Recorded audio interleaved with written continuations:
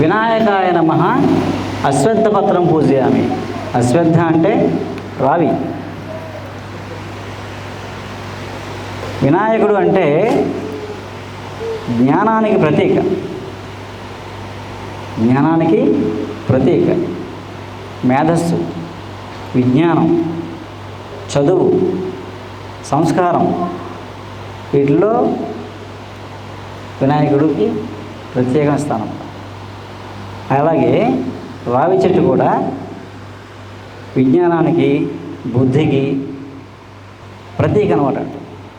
బుద్ధుడికి జ్ఞానోదయం అయ్యింది రావి చెట్టు కిందే, ప్రసవించింది ఈ స్పర్శతోనే బోధి వృక్షం. ఈ రావి చెట్టు ఎంత అంటే డివైన్ ఎనర్జీ అనే పదానికి నేను అర్థం చెప్తా. రావి చెట్లు ఉంటాయి కదా, మన పూర్వీకులు, అలాగే మన చుట్టూ ఉండే జీవరాశులు రావి చెట్టు ఆకు గమనాన్ని చూసుకుని ఎప్పుడు తుఫాన్లు వస్తాయో, ఎప్పుడు భూకంపం వస్తుందో, ఎప్పుడు ప్రకృతి వైపరీత్యం వస్తుందో తెలుసుకుని ముందే ఖాళీ చేసి వెళ్ళిపోయారు. చెప్పేశారు అనమాట, పలానా ఇన్ని రోజులకి తుఫాన్ వస్తుంది. ఎలా అంటే ఈ కొస ఉంది కదా, ఇంకా పొడుగ్గా ఉంటుంది. కొస గాలికి తిరుగుతూ ఉంటుంది, ఈ రెపరెపలు. దీని అలజడిని బట్టి తుఫాన్ వస్తుందో, భూకంపం వస్తుందో, సునామీ వస్తుందో, లేదా అగ్నిపర్వతం బద్దలవుద్దో తెలిసిపోయేది అనమాట. ఎన్ని రోజులు, ఒక నెల ముందు తెలిసిపోయేది అనమాట. ముందే సర్దుకునేవారు. ఇప్పుడు మనం ఈ ఈ విజ్ఞానం మానేసి మనం మిషన్ నమ్ముకుంటున్నాం. ఏంటి, ఇప్పటికీ మన చుట్టూ ఉండే పక్షులు, పశువులు అన్నీ ప్రకృతిని నమ్ముకుంటున్నాయి. ఎక్కడన్నా సునామీయో భూకంపం వచ్చిందనుకోండి, మనం పెంచుకున్న పెంపుడు జంతువులు కట్టేస్తే చచ్చిపోవాలి తప్ప ఎక్కడ ఒక ప్రాణి కూడా పోదు, ఎక్కడ ఒక పక్షి కూడా చావదు, ఎక్కడ అడవిలో ఒక జంతువు కూడా చనిపోదు. అవునా కదండి? ఎందుకు అంటే అవి నేచర్ మీద గమనించున్నాయి. ఈ పంచభూతాలు మనకి ఎప్పుడూ ఇండికేట్ చేస్తూ ఉంటాయి. వాటి గమనాన్ని మనం చూస్తే పక్షులు సడన్గా ఖాళీ చేసి వెళ్ళిపోతాయి అనుకోండి, మనకు అర్థమైపోయింది అనమాట, మనం కూడా వెళ్ళిపోవాలని. అంతే తప్ప మెసేజ్ చూసుకోవాలి అనుకోండి, గ్యారంటీ లేదు. తుఫాన్ వస్తుంటే రాదు, రాదంటే వచ్చేది.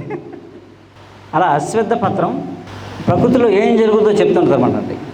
అలాగే చెట్టు కింద రోజు ఉంటే జ్ఞానం పెరుగుతుంది, బుద్ధి వికసిస్తుంది, మెమరీ పవర్ ఇంప్రూవ్ అవుతుంది.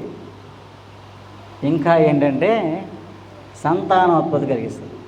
ఇవి వేసుకోకలే, మందులు వేయకలే, ఐవైపులకి చుట్టూ తిరగకలే. ఈ ఎనర్జీస్ అన్నీ నమ్మకం మీద ఆధారపడి ఉంటాయి. ఒక నమ్మకం, విశ్వాసంతో ఆ పని చేస్తే ఆ ఫ్రీక్వెన్సీలో మనం ఉంటాం. అప్పుడు అది మనకి ఆ ఫ్రీక్వెన్సీ మనకు సెట్ అవుతుంది. పూర్వం అంత ప్రగాఢమైన నమ్మకం ఉంది కాబట్టి వాళ్ళకి సంతానం కలిగేది. సైంటిఫిక్గా చెప్పాలంటే ఏ వృక్షం అయితే పువ్వులు పూయకుండా కాయలు కాయగలదో అది సంతానోత్పత్తి కలిగించగలదు. అది మన ఋషులు చెప్పిన విజ్ఞానం. రావి చెట్టు పువ్వులు పూయకుండా కాయలు కాసే మొక్కలో రావి చెట్టు ప్రధానమైంది. చూసారా, కాయ మీద ఎలా బొడుగులు వస్తాయి, పువ్వులు ఉండవు. రావి చెట్టు, ఆ రావి కాయలు తిన్నా, రావి చెట్టు చుట్టూ రోజు ప్రదక్షిణ చేసిన సంతానోత్పత్తి కలుగుద్ది ఇద్దరికి. అందుకే సంతానవనం అని చెప్పేసి ఊళ్ళల్లో రావి చెట్టు, వేప చెట్టు రెండు వేసి పెళ్లి చేసి ఒక కార్యక్రమం చేసి అక్కడ సుబ్రహ్మణ్య స్వామి, నాగదోషం ఉంటే పిల్లలు పుట్టరని ఒక సుబ్రహ్మణ్య స్వామి కూడా బ్రష్ చేసి పెడితే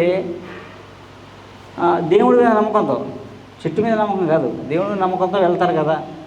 అంటే మనకున్న అప్పుడున్న ఆప్షన్ అదే. ఇప్పుడంటే బోల్డ్ సైన్స్ టెక్నాలజీ వచ్చింది కాబట్టి ఐవీఎఫ్ ప్రయత్నం చేస్తాం, ఇది పడుతున్న పాటలు, అది వేరే విషయం అనుకోండి. అప్పుడు ఏంటంటే అక్కడికి వెళ్ళి ఎన్ని మంగళవారాలు అంటే డోసు మోతాదు అది 7 వారాలు 14 వారాలు చెప్పేవారన్నమాట. అది తిరిగితే ఏం జరిగేదంటే సైంటిఫిక్గా ఇక్కడ పూజ అని పక్కన పెడితే రావి చెట్టు తాలూకు గాలి, దాని ఆడవాళ్ళ తాలూకు గర్భాశయ దోషాలు పోగొడుతుందన్నమాట. వేప చెట్టు గాలి మగవాడి తాలూకు స్పెర్మ్ కౌంట్ ఇంప్రూవ్ చేస్తామన్నమాట.